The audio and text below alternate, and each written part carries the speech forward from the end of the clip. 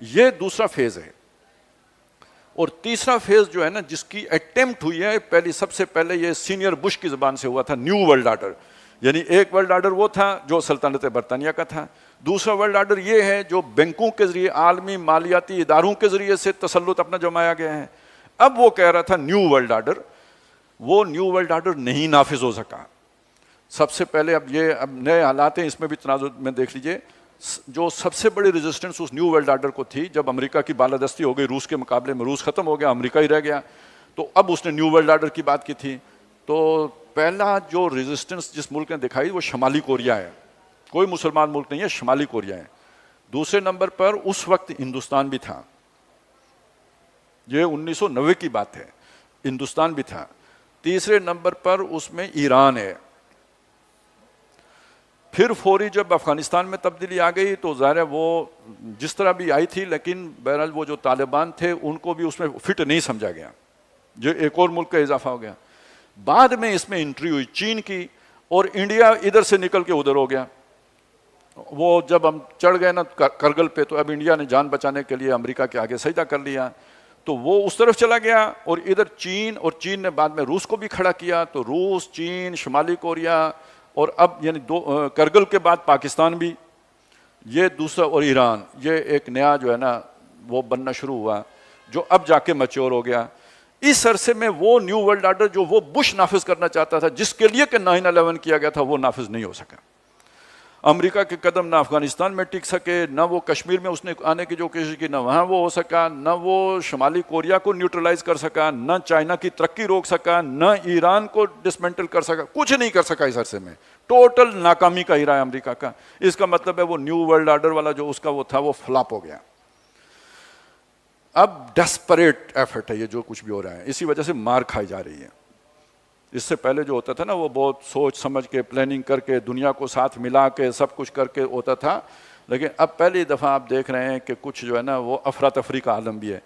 اب وہ یہ جتنی جنگیں میں نے دیکھی ہیں, یہ پہلی دفعہ ایران کے امریکہ کے جہاز گرتے بھی دیکھیں, اور ان کے فوجی مرتے بھی دیکھیں, اور اسرائیل کے سر پہ جو ہے نا میزائل گرتے بھی دیکھیں. وگرنہ یہ کہ وہ صدام حسین کے اسکاڈ میزائل تو پتہ نہیں ذلہ ذلالم بعیدہ کدھر چلے جاتے تھے, کوئی پتہ نہیں ہے. وہ کبھی نشانے پہ ہم نے لگتے نہیں دیکھے, شور بہت سنا ان کا, لیکن وہ کبھی نشانے پہ نہیں پہنچ سکے. تو یہ جو تبدیلی آئی ہے, یہ اب سمجھ لیں کہ وہ والا ورلڈ آرڈر جو ہے نا جس کو امریکہ نافذ کرنا چاہتا تھا وہ ختم. اور اب امریکہ کی اپنی اقتدار کی زمین بھی, وہ افلا یرون انا ناتی الارض ننقصها من اطرافها, یورپ سے چھٹی ہو گئی ہے. اب یورپ اس پر طرح امریکہ پر اعتبار نہیں کر رہا. آج سعودی عرب کا بھی بیان آ گیا ہے کہ امریکہ نے تو ہمیں تو تنہائی چھوڑ دیا. یعنی وہ وعدے تو بہت تھے, کام اس نے وہی ابو جہل والا کیا ہے کے ساتھ جو شیطان نے کیا تھا, وہ کام ہمارے ساتھ امریکہ نے کر دیا, اب چھوڑ دیا ہے. تو مسلمانوں کو ہوش آنا شروع ہو گیا. تو زمین کس کی سمٹی؟ امریکہ کی سمٹی. تو امریکہ کا اقتدار غروب ہو رہا ہے.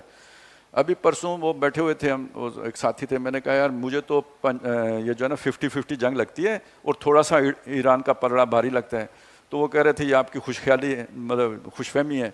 وجہ وہ نہیں ہے, ایران کی طاقت نہیں ہے, وجہ یہ جو پورا شفٹ ہے وہ ہے. میں اس کی بنیاد پر یہ کہہ رہا ہوں. تو یہ مت سمجھیں کہ ایران اکیلا ہے. اب دوبارہ جو ہے نا وہ بلاک کی سیاست شروع ہو گئی ہے, اور اس بلاک کے پیچھے ایک میسنا قسم کا جو ہے نا, کوئی نہ شور نہ شرابہ, خضر کی طرح چپ چاپ دیواریں سیدھا کرنے والا, دیواریں گرانے والا چائنا ہے. یہ جو ہے, اب ہماری مدد کس نے کی تھی انڈیا کے مقابلے؟ اور اب وہی سمجھ لیں کہ ایران کو یہ ساری انفارمیشن کدھر سے مل رہی ہے. امریکہ اتنی بڑی ملٹری مائٹ, وہ ایران کے میزائل کو جو ہے نا فائرنگ وہ روک نہیں سکا, وہ انفراسٹرکچر تباہ نہیں کر سکا. وہ ان کے پریزیڈنٹ کو تو مار لیا, لیکن یہ کہ ان کی فیسلٹی جو ہے نا وہ انسٹالیشنز وہ نہیں تباہ کر سکا. ایران ابھی تک بھی اسی طرح مارے جا رہے ہیں. تو اس سے یہ سمجھ لیجیے ان کی ناکامی ہے. اور مجھے ادھر پینک محسوس ہو رہا ہے دونوں نے, وہ اسرائیل میں بھی اور امریکہ میں بھی. اور یہ اس طرح جس ٹیمپو سے چل رہی ہے, یہ 10 دن اور چل گئی تو امریکہ میں مظاہرے شروع ہو جائیں گے. وہ جانے دینے والی قوم نہیں ہے میرے بھائی, یہ مسلمان ہی ہے جن کو جو ہے نا وہ اب گئے گزرا مسلمان میں جب یہ وقت آتا ہے نا, کہتا ہے اللہ اکبر, یہ آج بھی معجزہ ہے. گیا گزرا مسلمان یہاں پہنچ کے وہ کہتا ہے چلے گناہ بخشوانے کا سستا طریقہ ہے, شارٹ کٹ سیدھا جنت. تو یہ سچ ہے. آپ سوچ نہیں سکتے کہ تمام تر دفاعی تدابیر کے باوجود جب سائرن بجتا ہے تو ان کی حالت کیا ہوتی ہے. مجھے اب مجھے آج اور کل کا پتہ ہی نہیں چلتا نا، یہ ہماری دن رات ہی الٹا ہو گیا ہوا ہے. لیکن بات ہو رہی تھی ایک دوست سے، وہ بتا رہے تھے، وہ ادھر موجود تھا، مسلمان ادھر موجود تھا وہ امریکی شپ کے اوپر. جب سائرن بجے اوپر وہ جو ہے نا انٹرسپٹر جب چلے تو کہتے ہیں وہ سارے کانپنے شروع ہو گئے. فی الواقع یعنی فوجی ہیں، ٹریننگ ہے، سب کچھ ہے، کانپنا شروع ہو گیا. کہتے ہیں ادھر وہ موجود تھا، اس نے خود بتایا. تو یہ مطلب کب تک یہ برداشت کر سکتے؟ وہ ویسے ہی اگر کوئی نہ بھی لگے نا، اس ٹینشن میں، اس جو یہ ہوتی ہے نا سٹریس، اس کے اندر آپ نفسیاتی مریض بن جاتے ہیں. یہ زیادہ دیر تو نہیں سروائیو کر سکتے، تو پوری قوم پھر اٹھ کھڑی ہوتی ہے. تو یہ امریکہ کا دور سمٹ رہا ہے. آنے والا دور کس کا ہے یہ ابھی میں وہ ساری وہ نہیں کھول سکتا، لیکن یہ سمجھیں کہ وہ ہوگا 7 دن والا دور. اور یہ اب کوئی خیر کی قوتوں کے اٹھنے کا وقت بہت نزدیک آ چکا ہے. بالفاظ دیگر میں کہوں تو حضرت مہدی کے ظہور اور یہ ساری چیزیں اب کوئی زیادہ دور نہیں رہی ہیں. تو جب ان کا ظہور ہو جائے گا تو وہاں سے لے کے دجال کے خروج تک وہ 3rd فیز شروع ہوگا، جو اس کے 7 دنوں کا ہوگا. وہ 7 سال ہو سکتا ہے، یعنی ہمارے 7 سال بھی ہو سکتے ہیں. وہ یہ 3rd فیز ہے. اور جب یہ بھی حدیث میں آتا ہے کہ وہ غصہ کھا کے نکلے گا. دجال نکلے گا کب؟ غصہ کھا کے نکلے گا. اور غصہ کب کھائے گا؟ وہ کوئی منصوبہ ناکام ہوگا نا. جب تک پیچھے رہ کے آپ ڈوریاں ہلا کے نظام چلا رہے ہیں تو سامنے آنے کی ضرورت نہیں ہے. سامنے آنے کی ضرورت آپ کو تب پیش آتی ہے کہ جب جو ہے نا آپ کا منصوبہ ناکام ہو. تو یہ منصوبہ جو ہے نا ناکام ہو رہا ہے. یہی میں آپ کو بتا رہا تھا کہ یہ 30 سال ہو گئے ہیں ناکامی سے 2-4 ہے. نیو ورلڈ آرڈر نہیں آ رہا ہے. اور یہ جو اچھل جو ہے نا اتھل پتھل شروع ہو گئی ہے، اس کے نتیجے میں اب وہ خیر کی قوت نے بھی جنم لینا ہے. اور اسی چھتری کے اندر جو ہے نا اس نے پینیٹریٹ کر کے اپنی جگہ بنانی ہے، اور اسی جزیرۃ العرب کے اندر بنانی ہے. اب آ جائیں ایک اور چیز کی طرح.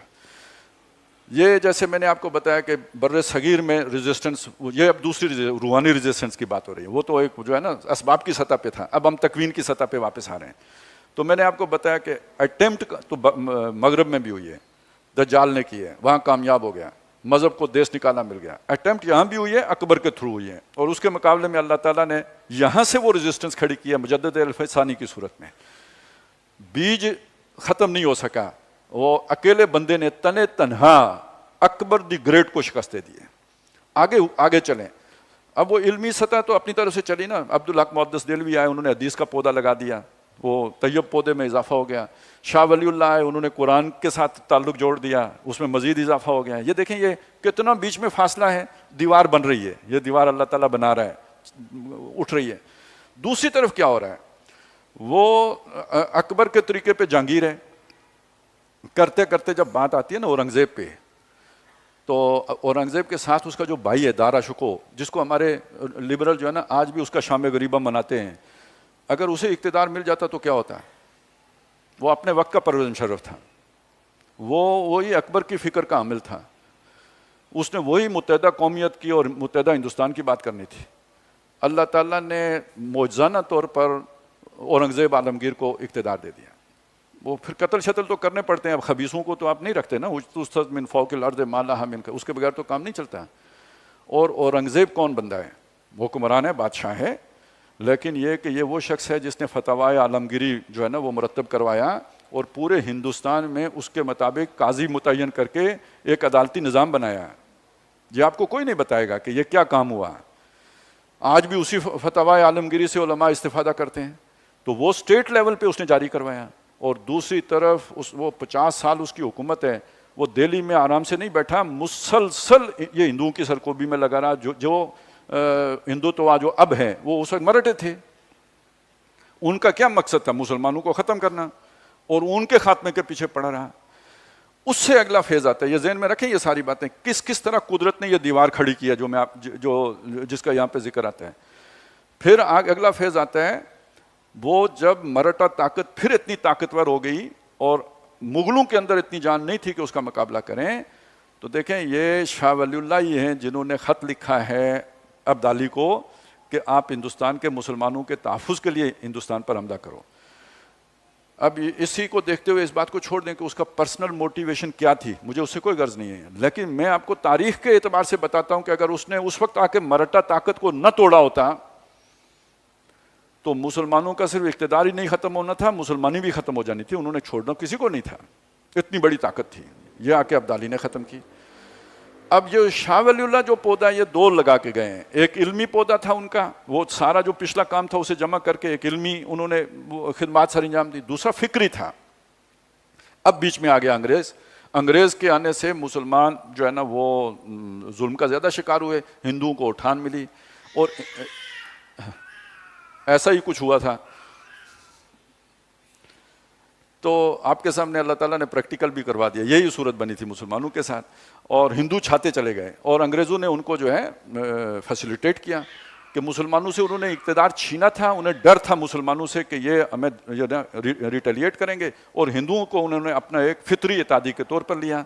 یہ اب جب سلسلہ چلا تو جب انگریز واپس جانے لگا تو ہمارے اب دیکھیے یہاں اس بات کو دیکھیں کہ وہ علماء جو دین کو لے کے بیٹھے تھے مدارس میں، جس کا میں پہلے ذکر کر چکا ہوں، اس کے انگریز کے مقابلے میں اب تحفظ کی جب کوئی صورت نہیں بنی تو انہوں نے کہا چلیں یہ عقیدہ ہم لیتے ہیں اور اصحاب کہف کی سنت زندہ کرتے ہیں۔ اس وقت اگر وہ نہ ہوتے پھر بھی اسلام مٹ جانا تھا، کیونکہ اب اس نئی تہذیب میں رنگے جانا تھا، پھر لوگ ارتداد کرتے، کفر کرتے، کیونکہ اب پڑھو فارسی بیچو تیل کا دور آ گیا تھا، اب پڑھو انگریزی تو موجے مارو، فارسی پڑھو یا عربی پڑھو تو تیل بیچنا پڑ جائے گا، لہذا پورا ہندوستان گویا اس تہذیب میں رنگا جاتا اور مسلمان بھی اس کا شکار ہو جاتے ہیں۔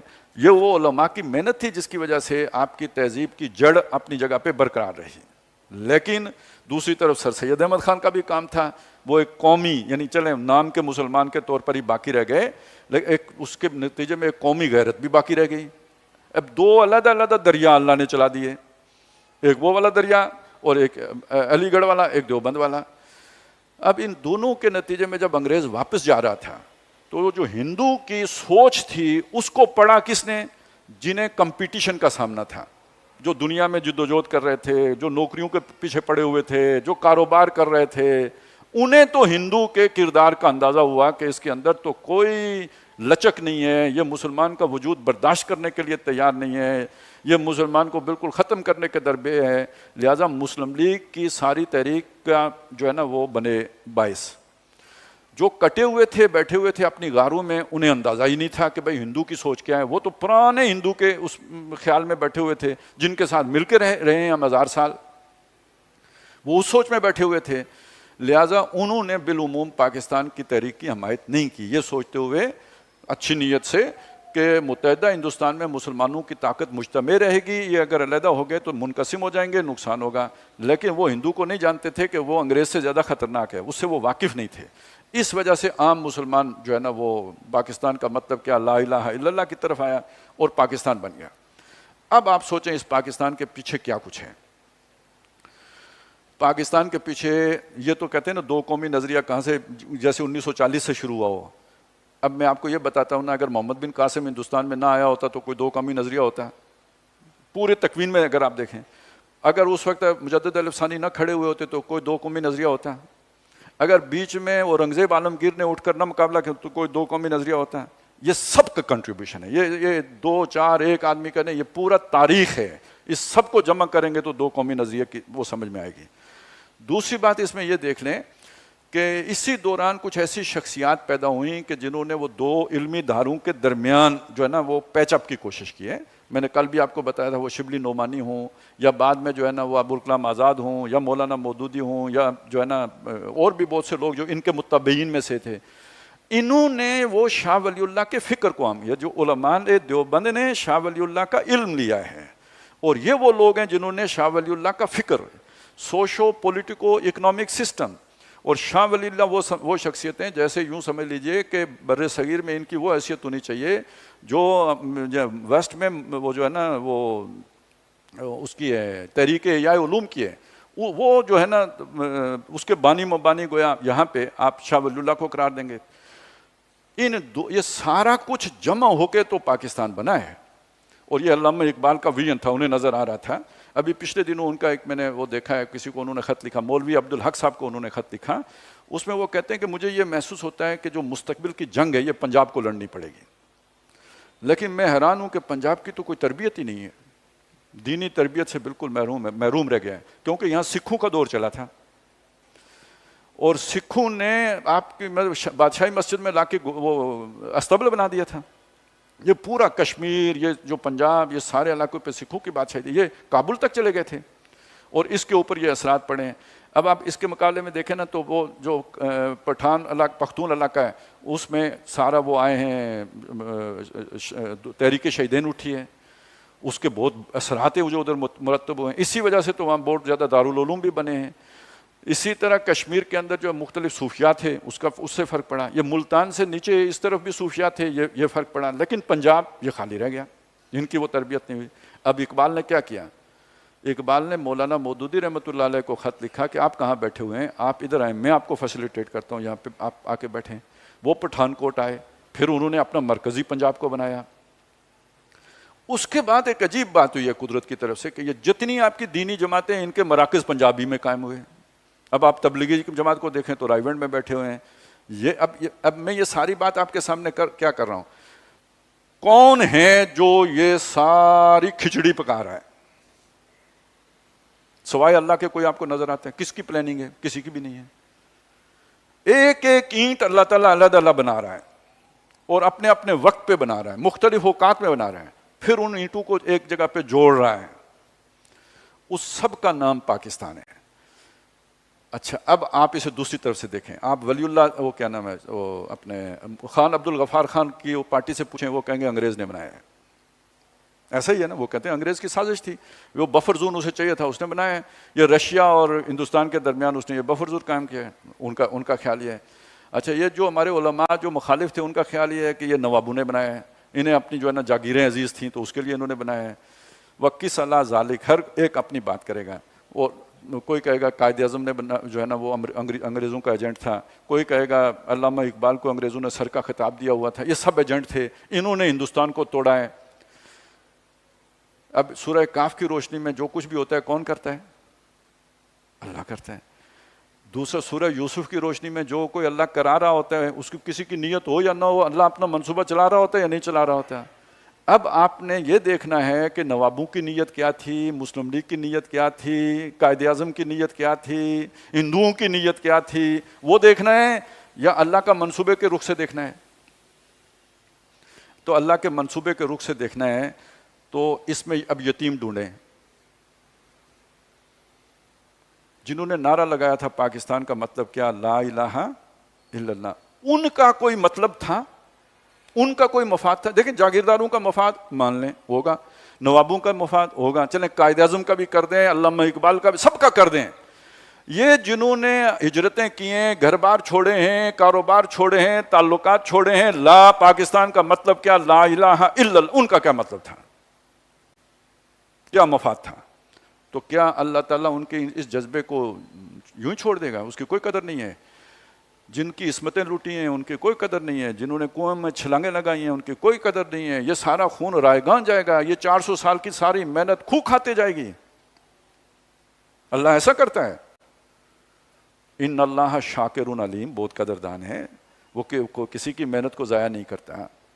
کام وہ کسی سے بھی لے لیتے ہیں. وہ میں نے آپ کو یاد کروایا تھا یار, چلیں کتے کو بھی, جس کو اللہ تعالیٰ 4 دفعہ جس کا ذکر کرتے ہیں, تو جس سے بھی کام لے تھوڑی بہت اس کو آپ اگر پریز کر دیں تو اس میں کیا حرج ہے؟